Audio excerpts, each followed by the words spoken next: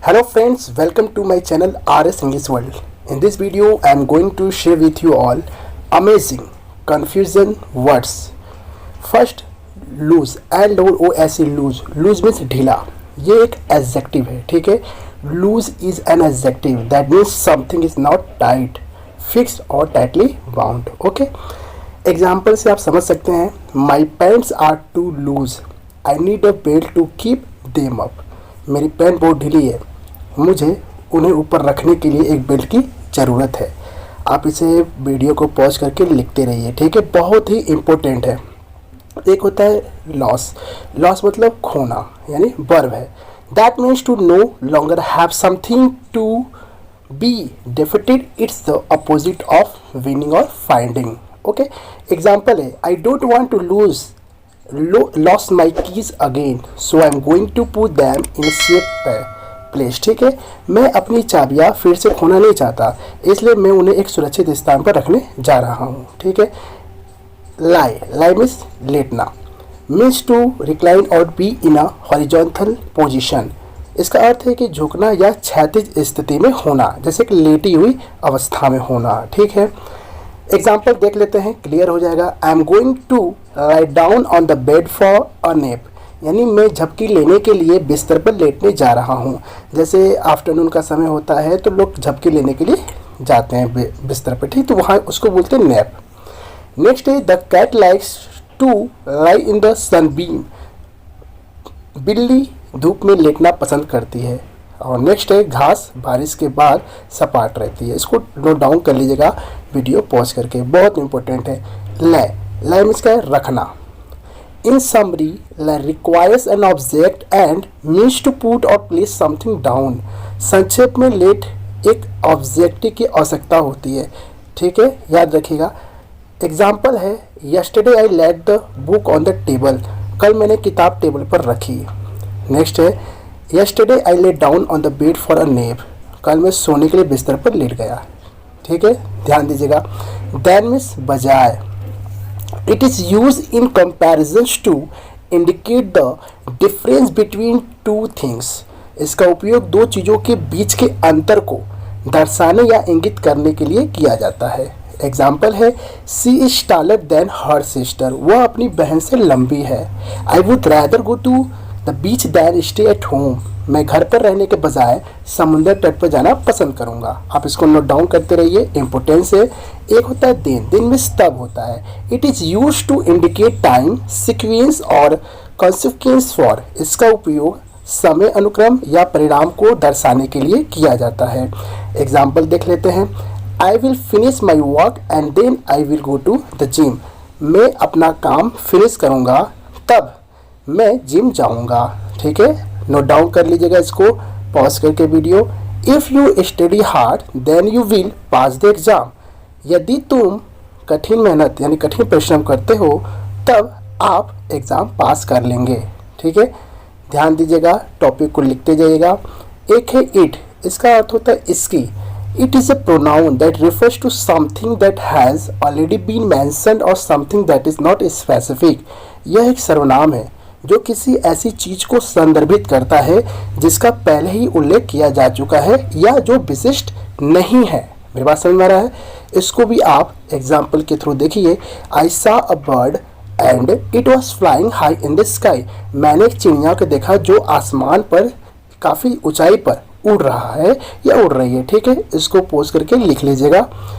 आगे है ईट्स. इसका मतलब तो यह है. जैसे कि it is a possessive pronoun that is used to show ownership और possession. मतलब एक अधिकार को दर्शाता है, जिसको हम अधिकारवाचक सर्वनाम कहते हैं. ठीक है, जैसे एग्जाम्पल है, the dog chased its tail. कुत्ते ने अपनी पूंछ का पीछा किया. वो अपने ही पूंछ का पीछा किया, नहीं उस पर अधिकार जता रहा है. मेरी बात समझ में आ रहा है. तो ये क्या है, एक अधिकारवाचक है. अब बात करते हैं पीक. ये एक वर्ब है जिसका मतलब झांक या झांकना. मीन्स टू क्विकली और secretly usually from a hidden और प्रोटेक्टेड पोजीशन. मतलब आमतौर पर एक छिपी या संरक्षित स्थिति से जल्दी या गुप्त रूप से लिया जाता है. एग्जाम्पल है, she peek through the curtains to see who was at the door. उसने पर्दे से झांक कर देखा कि दरवाजे पर कौन है. नेक्स्ट है the child picked over the fence to see the neighbours see puppy, new puppy. Okay, पड़ोसी के लिए पिल्ले को देखने के लिए बच्चे ने झाँक कर देखा। ठीक है, नेक्स्ट है पिक। एक पिक मतलब क्या है, ये नाउन है, इसका मतलब शिखर होता है, ऊंचाइयों पर, जैसे करियर में पिक, ठीक है, बिजनेस में पिक, जिसको बोलते हैं शिखर यानी कि टॉप लेवल पे। ठीक है, कुछ एग्जाम्पल देख लेते हैं ताकि क्लियर हो जाए। The hikers finally reach the peak of the mountain after hours of climbing, मतलब घंटों की चढ़ाई के बाद पर्वतारोही आखिरकार पहाड़ की चोटी पर पहुंचे। वीडियो को पॉज करके लिख लें दोनों ही एग्जाम्पल। ओके, अब ये बात करते हैं एडवाइस। ये एक नाउन है जो कि सलाह है। ठीक है, it's a noun that refers to a suggestion और recommendation about what someone should do in particular situation.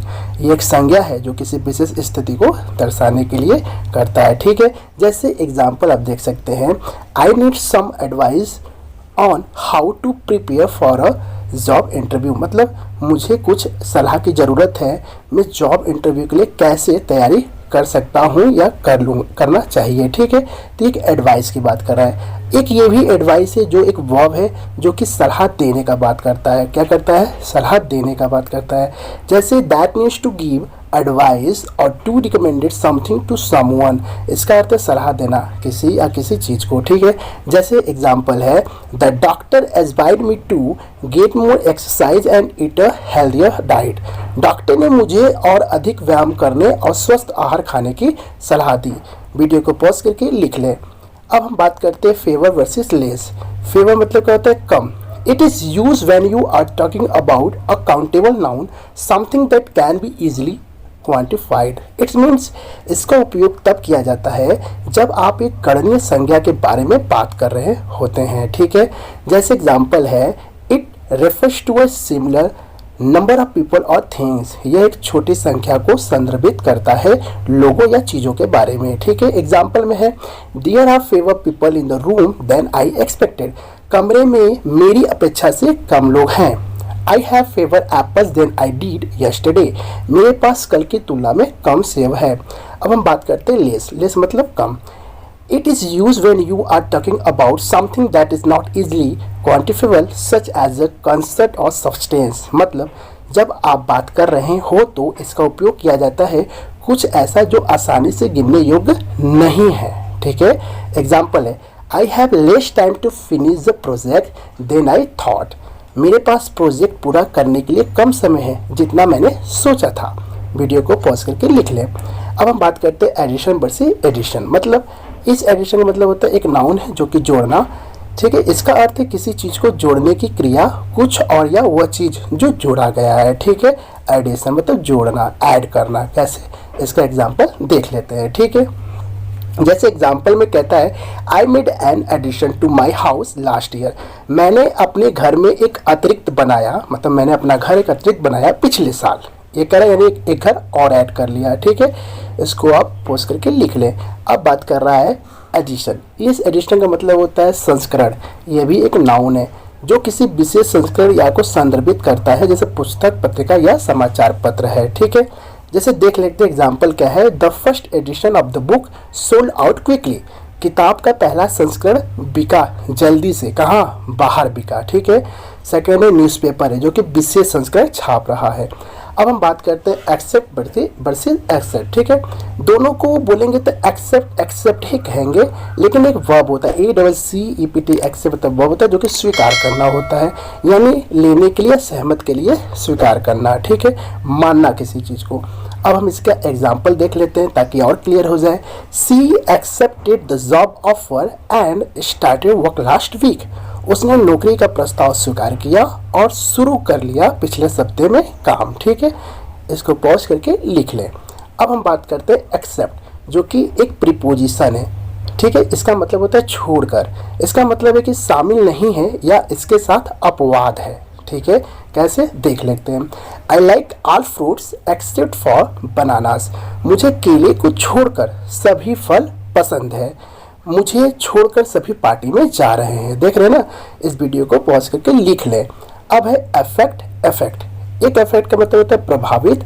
जब एक क्रिया के रूप में उपयोग किया जाता है तो इसका अर्थ होता है कार्य करना पर या किसी को या कुछ बदलों में, ठीक है, प्रभावित करता है। जैसे the drought affected plant growth, मतलब सूखा प्रभावित पौधे की वृद्धि को प्रभावित करता है। क्या?